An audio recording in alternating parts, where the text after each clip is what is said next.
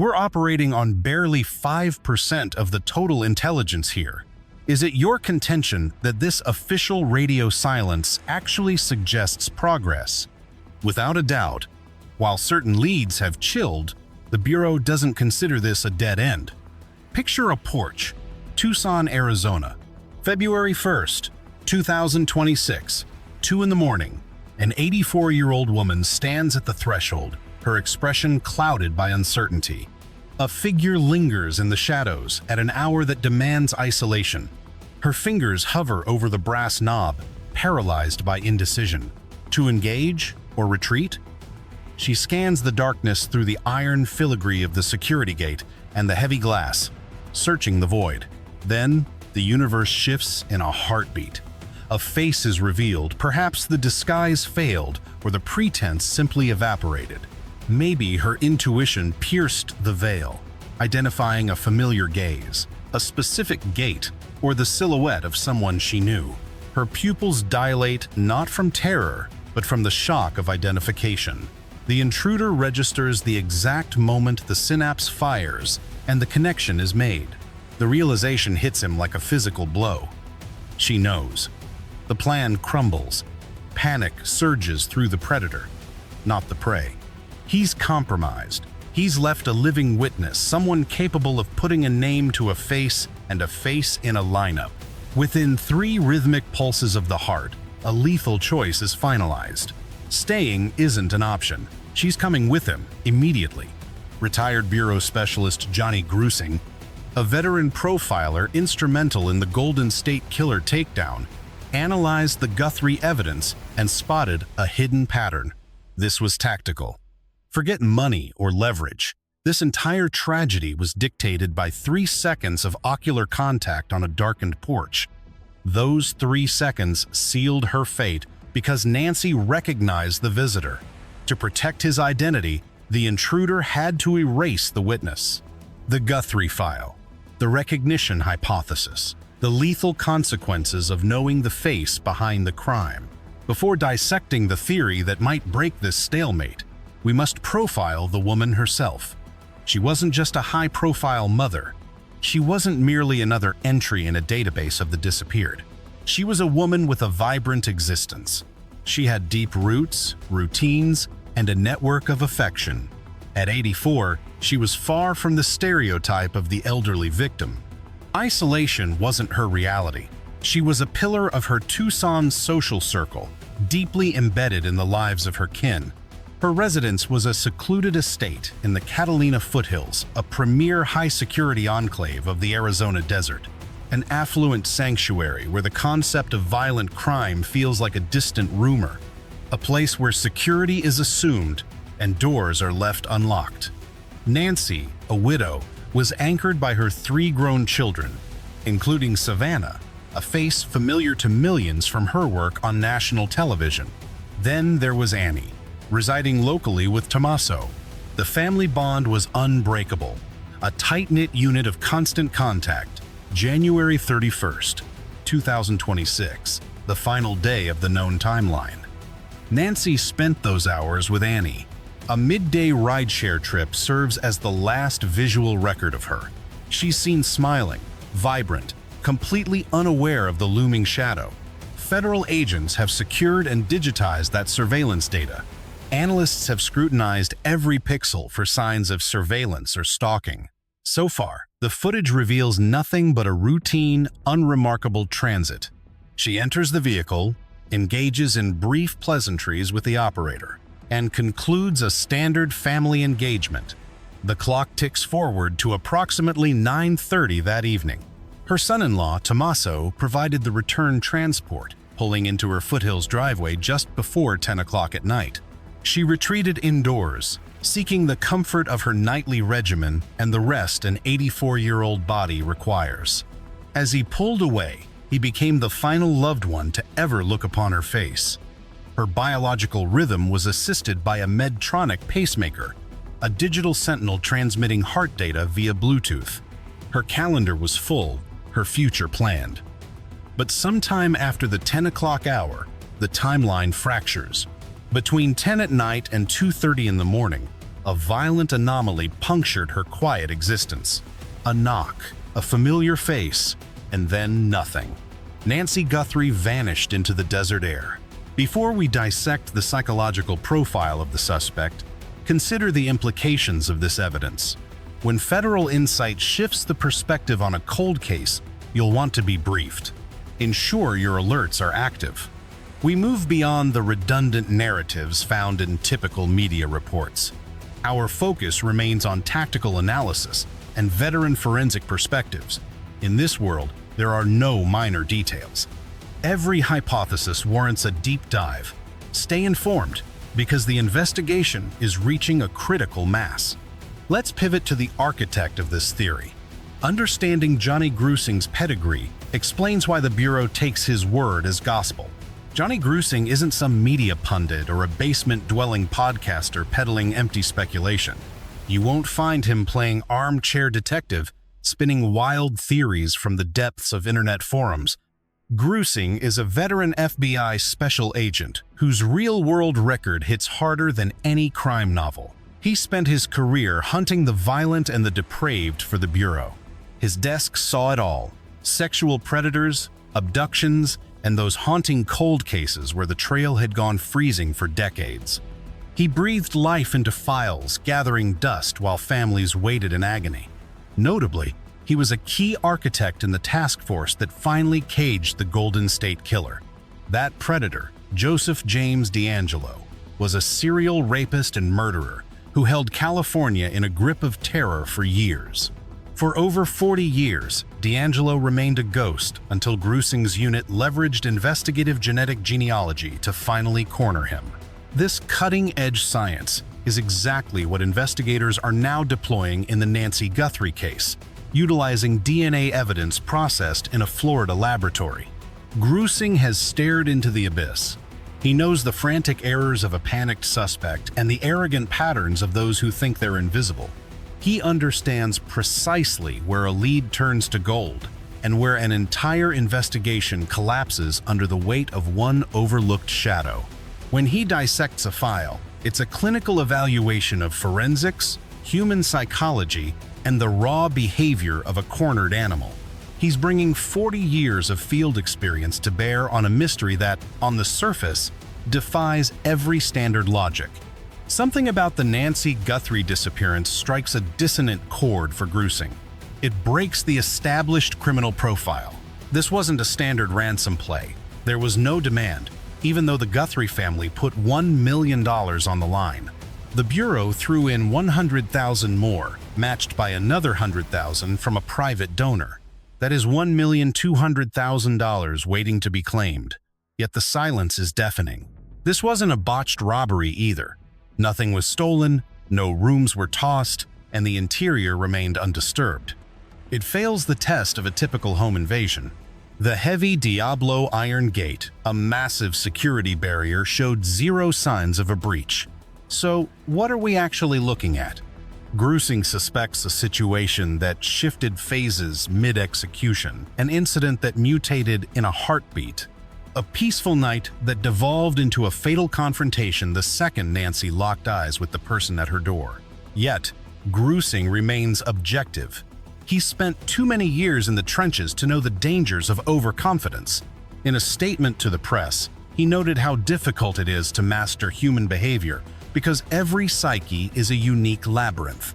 He's applying the logic of 1,000 past crimes, hoping a member of the public recognizes a shadow in their own life.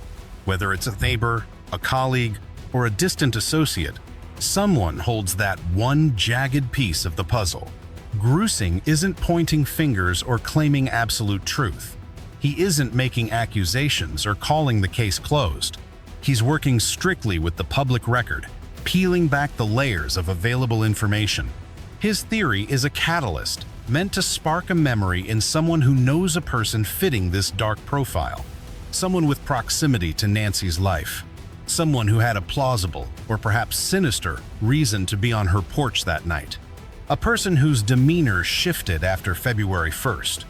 Grusing believes the truth isn't hidden in the distance. It's right under our noses. The culprit didn't flee to Mexico or vanish into another state. This crime feels local. It's someone from the neighborhood, a face Nancy would recognize. And that predator is still walking the same streets. Let's walk through Nancy Guthrie's final hours. Early afternoon, January 31st. She catches an Uber to Annie's residence. The Bureau has this footage, likely the final glimpse of Nancy before the darkness took over. Fast forward to late evening. Tommaso drives her home, dropping her at the curb just before 10 p.m. He's the last loved one to see her. From 10 at night until 1:47 in the morning, Nancy exists in a black hole of missing information. We assume she followed her nightly ritual: medicine, pajamas, sleep. A normal night in a safe home. Public statements suggest she was snatched directly from her bed. This implies something or someone lured her to the door while she was vulnerable. 1:47 a.m., February 1st. The doorbell feed is severed. Earlier footage shows a masked intruder lurking on the porch. He's wearing a black mask, gloves, and a tactical holster, carrying a specific 25-liter Ozark trail pack from Walmart. The figure disables the lens. At 1:47, the screen goes to static. Then, a 43-minute silence begins. This is the heart of the mystery. Investigators believe that intruders spent 40 minutes inside the Guthrie residence. 40 minutes isn't a smash and grab. It's not a quick snatch. It's an eternity in the world of crime. It screams of a plan gone sideways, of hesitation, chaos, and a desperate struggle for control. At 2:30 a.m., Nancy's pacemaker loses its Bluetooth connection to her phone. That severance suggests the moment she was moved forcibly, taken past the range of the only device still tracking her heart. Investigators pinpoint this as the moment she vanished. 11 a.m. arrives, and the church pews remain empty where Nancy should be sitting. Family members discover the residence unsecured.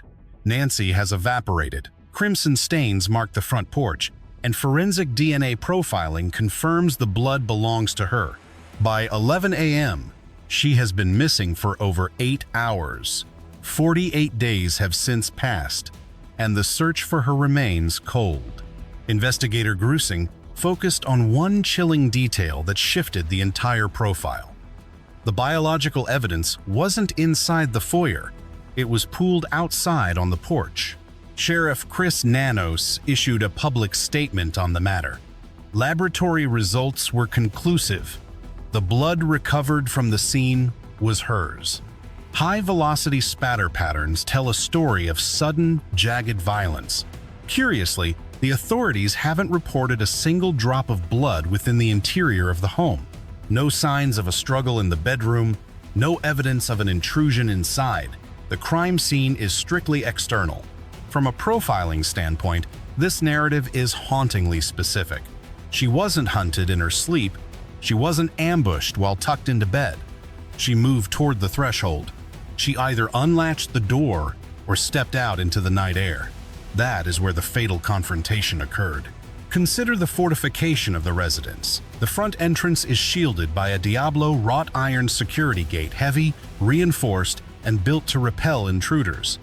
You don't breach a gate like that without heavy equipment, immense noise, and a significant investment of time. The gate showed zero signs of forced entry, meaning she unlocked it herself. Why does an 84-year-old woman open her fortress at 2 in the morning? Grusing posits a theory of psychological manipulation. She was lured. Someone summoned her. Someone knocked with intent.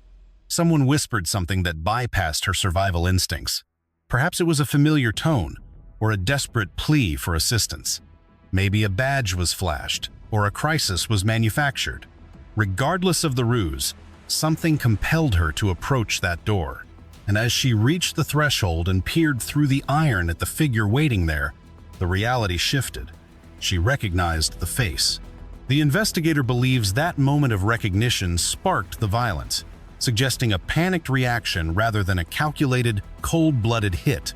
Pure terror led to a loss of control, a frantic, split-second decision born out of absolute desperation. The subject realized Nancy knew exactly who he was.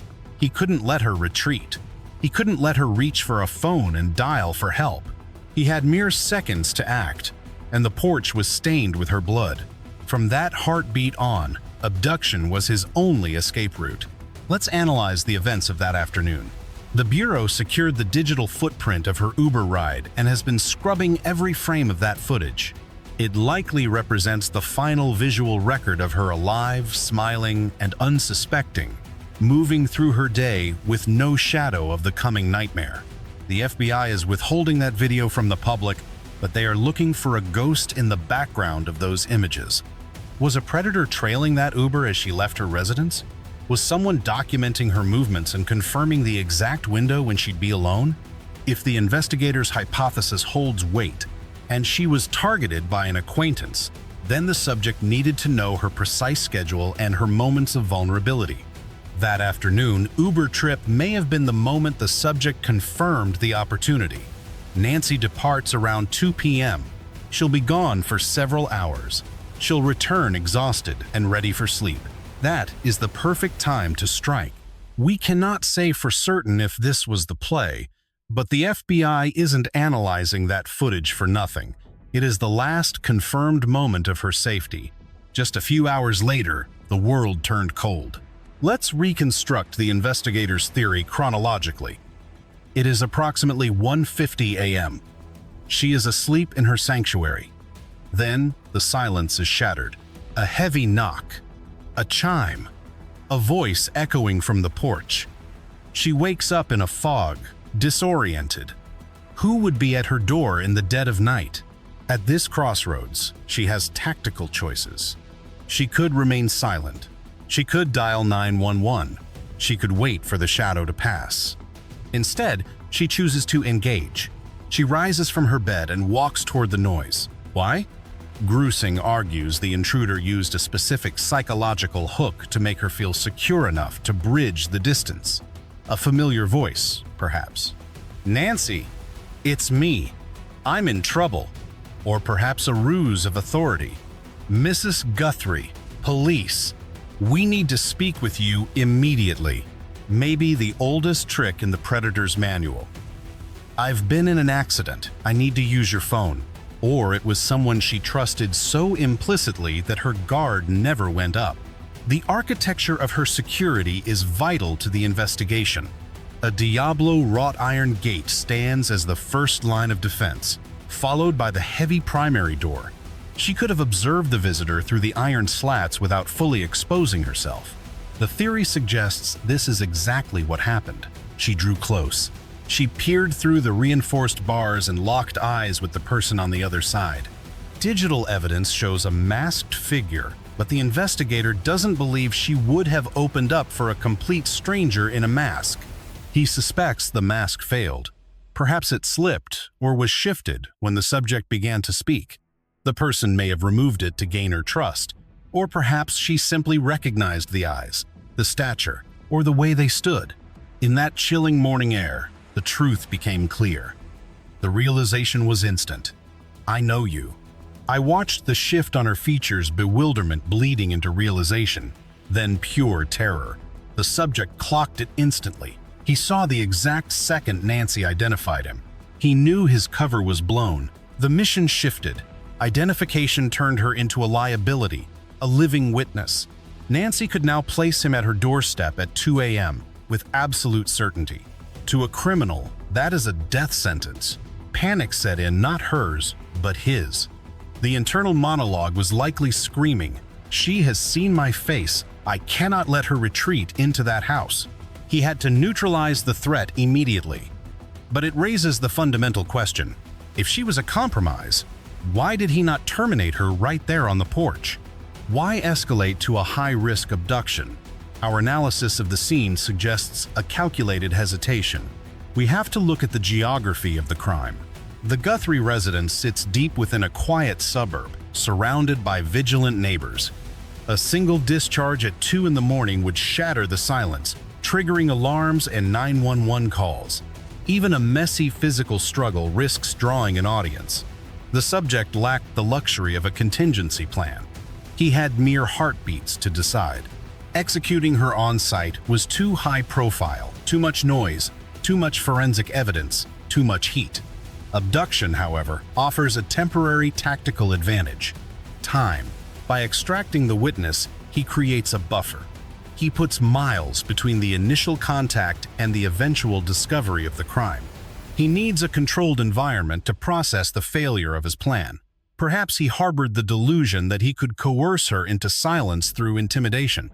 Or perhaps cognitive function surrendered to pure, adrenaline-fueled survival instinct. In our experience, subjects under extreme duress abandon logic for self-preservation.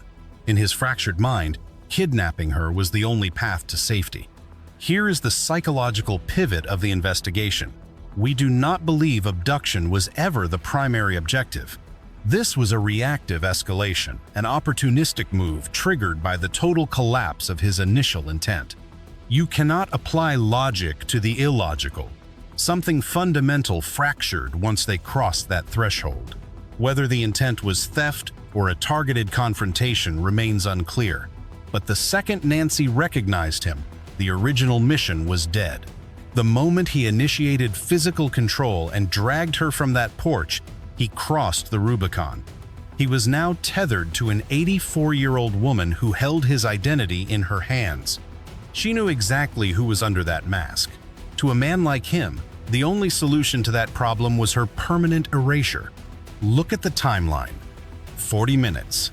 From 1:47 until 2:30 a.m. The intruder remained within those walls. A professional hit or a targeted snatch and grab does not take 40 minutes. A standard burglary is even faster. That 40-minute window screams psychological paralysis.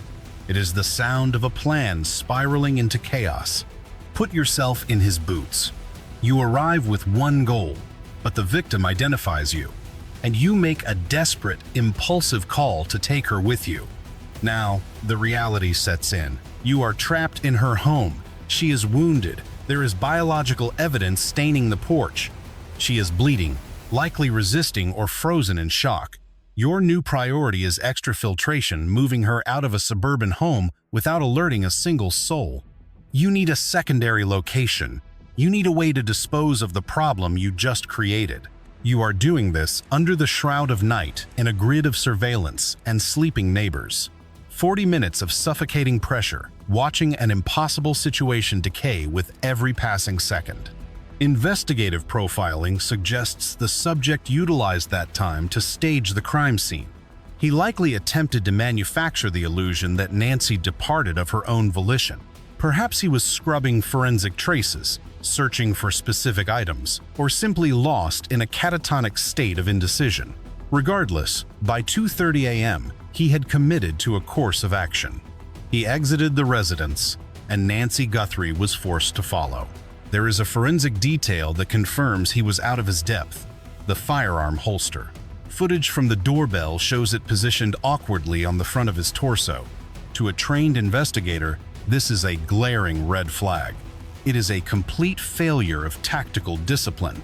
A seasoned operator would never carry like that.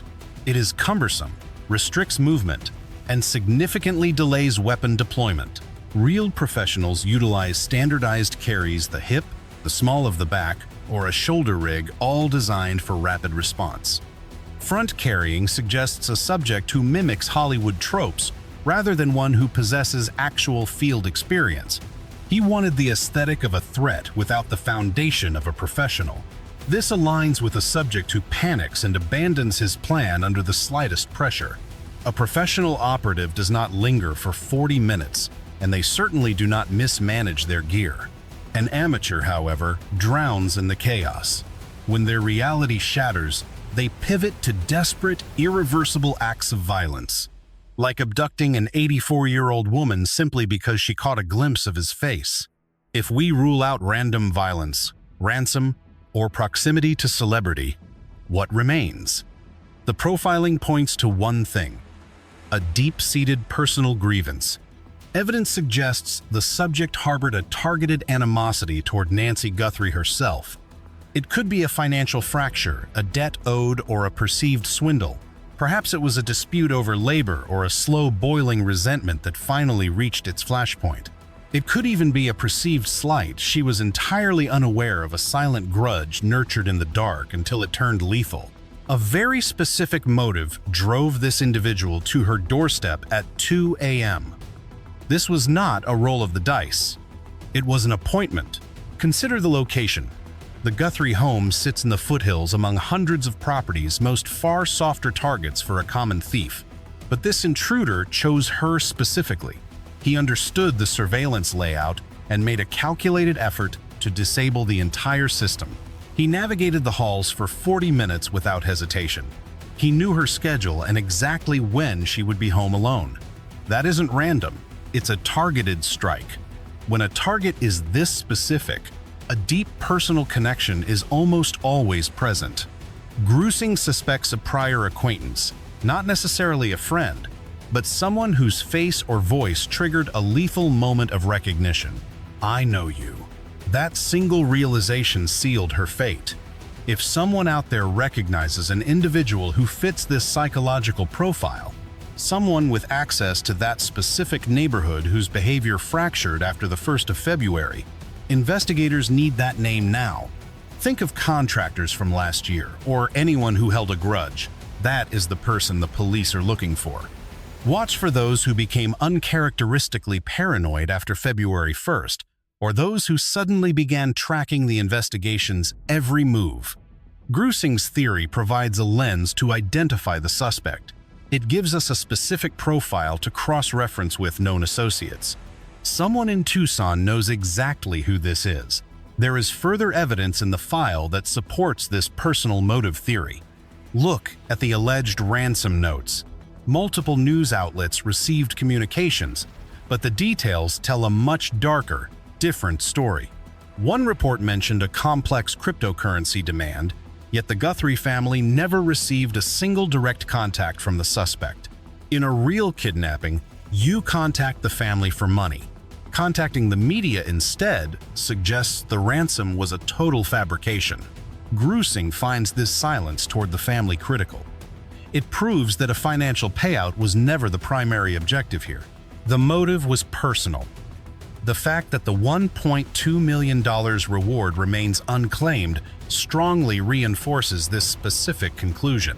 Knowledge of Nancy's whereabouts represents life-changing money for anyone willing to step out from the shadows and speak. Yet, silence. The perpetrator isn't seeking profit. He is driven by the terror of being identified or the weight of guilt. He knows his actions are irreversible. Grusing dismisses Ransom. To him, this case is undeniably personal and targeted. Examine the forensics. Her blood was found on the porch, outside the residence, suggesting the encounter began right at the entrance. She likely stepped out willingly. No doors were kicked in, and the primary security gate showed no signs of forced entry. Nancy opened that door herself. The 40-minute timeline inside reveals a subject who was likely improvising in a state of desperation. We see an amateur at work. An inexpensive holster suggests a lack of professional training, someone prone to making massive mistakes. The Bureau is vetting local contractors and neighbors. Their focus remains squarely on people who had legitimate access to the property. This points to a local suspect. Despite the media's ransom claims, the family was bypassed entirely, proving money wasn't the goal. This confirms the ransom was a decoy. Now, let's consider the evidence of prior scouting visits before the actual abduction. Sightings on January 11th and 24th suggest a stalker familiar with the grounds, someone Nancy might have known by sight. She was likely lured from her bed to the door. This house was specifically hunted, despite hundreds of other nearby options. A 48-day search turned up nothing. Such successful concealment implies an intimate knowledge of the local desert landscape and terrain. When combined, these elements make Grusing's theory undeniable. This wasn't a random act, it was a deeply targeted, specific event. This lacked professional execution. The situation likely spiraled into violence the moment she realized exactly who was standing before her. Still, some evidence creates friction. Why would a subject bring a 25-liter backpack to a simple, personal confrontation? It suggests a level of logistical preparation, though the mask and gloves indicate an intense desire to remain completely anonymous. If she knew him, why the disguise? Perhaps he feared a camera or hoped she wouldn't recognize him in the dark. Those scouting trips in mid-January point toward premeditation. This wasn't a sudden impulse. It was a plan in slow motion. The kidnapping might have been a contingency that became necessary once compromised. His evasion tactics have been remarkably effective throughout. Disrupting Wi-Fi and leaving zero DNA are high-level moves. We're looking at a paradox. Part sophisticated operator, part desperate amateur. If he acted in haste, how is she still hidden? Successful disposal usually requires a pre-planned site and local geographical knowledge. These contradictions don't break the theory, but they do force us to account for a much more complex criminal mind. The truth is likely a hybrid, a planned intrusion that turned into a reactive abduction once the victim spoke his name. Therein lies nuance. Not everything was spontaneous, but that recognition was the catalyst. Grusing isn't the only one following this trail of evidence. Expert Morgan Wright suggests a simpler entry that Nancy, exhausted, may have left her door unsecured when she returned home. The intruder likely tested the door, found it open, and slipped inside. This aligns with a situation that turned ugly indoors. James Hamilton points to sophisticated foreign theft rings, which explains the lack of DNA, but ignores the chillingly personal indicators. Joseph Scott Morgan posits that the link between Nancy and Savannah wasn't a secret. In the mind of a predator, that connection is nothing more than tactical leverage. He shares Johnny Grusing's suspicion. The threat didn't travel far. The professional consensus points toward a local predator, someone woven into the fabric of the community. Forget international plots. The darkness is closer than we think. While theories vary, they all converge on a single, chilling truth. The culprit is local. A predator remains at large. We're left staring at a porch in the dead of night, 2 o'clock in the morning on February 1st. What went down? Did she peer through the security gate and see a familiar face? Was that split second of recognition the very thing that signed her death warrant? Johnny Grusing, the man who tracked down the Golden State Killer, remains convinced of one thing: Nancy Guthrie wasn't looking at a stranger. He believes a single moment of "I know you" shifted the trajectory. She wasn't targeted because of her daughter's status, but because the killer couldn't afford to be identified. Somewhere in the shadows, a witness holds the absolute truth. There is a person who knows exactly who stood on that threshold. One individual carries the memory of that porch. They know where Nancy Guthrie was taken. The question is, will they ever break their silence? Will they dial 1-800-CALL-FBI? Will they provide the missing piece to bring her home, or let this case freeze into another cold file? Grusing provided the profile, but only the one who stood there, the one Nancy might have recognized, can provide the closure we need. Until a conscience is stirred or a mistake is made, her family survives on hope and unanswered questions.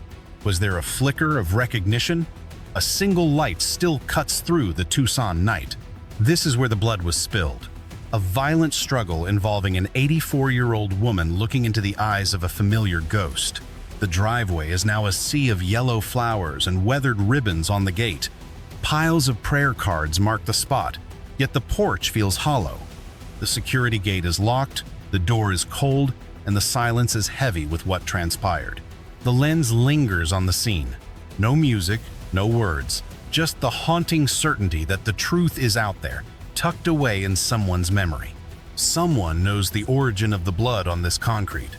They know why she vanished into the night and never stepped back inside. Did she know him? I know you. Fade to black. Grusing's analysis isn't a conviction, but it is a roadmap into the mind of a killer. If Nancy identified her captor, we shouldn't be looking across borders. The answer is buried right here in Tucson. In local neighborhoods, on contractor logs, within old construction blueprints, and among those who suddenly relocated before February 1st. The truth is hiding in plain sight, waiting for the right pair of eyes. Think of the neighbor whose behavior shifted, the acquaintance who acted strangely. Someone saw the red flags and looked the other way. That person might be listening right now. If this investigation reshaped your perspective, engage with us. Share your thoughts below. Do you believe she knew the person who took her? Join us as we continue to dissect the evidence with federal agents and forensic experts. We aren't just recounting events, we are hunting for the truth. Nancy Guthrie deserves justice. Contact the FBI at 1-800-CALL-FBI or reach the Pima County Sheriff at 5203-514900.